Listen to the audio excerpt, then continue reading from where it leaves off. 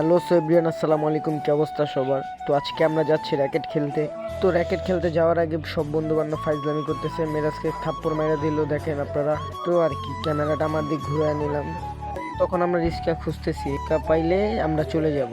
তো আমাদের badminton cock টক আমরা রিস্কা খুঁজতেছি, রিস্কা পাইলে আমরা চলে যাব র্যাকেট খেলতে।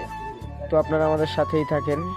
তো ফাইনালি আমার বন্ধু রিস্কা নিয়ে নিয়েছে, আমরা রিস্কায় উঠে পড়েছি। তো রিস্কায় ওঠার পরে সবাই ফাইজলামি করতে করতে চলে আসলাম। তো আসলে অনেক ঠান্ডা পড়েছে, তার মধ্যে এই ঠান্ডার মধ্যে আমি বাসা থেকে জ্যাকেট নিয়েও বের হইনি, আমার তো খুবই ঠান্ডা লাগতেছে। ফাইজলামি করতে করতে আমরা সবাই রিস্কা থেকে নেমে পড়লাম। তো এখন যাইতেছি মাঠের উদ্দেশ্যে।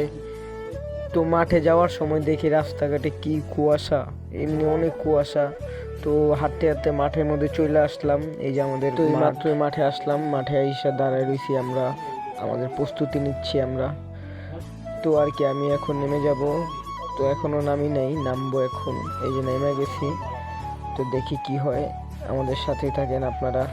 তো ওরা তিনজন সেটেল হইলো, তারপর আমি নামলাম মাঠে। এখন আমরা খেলবো, আমাদের সাথেই থাকেন আপনারা।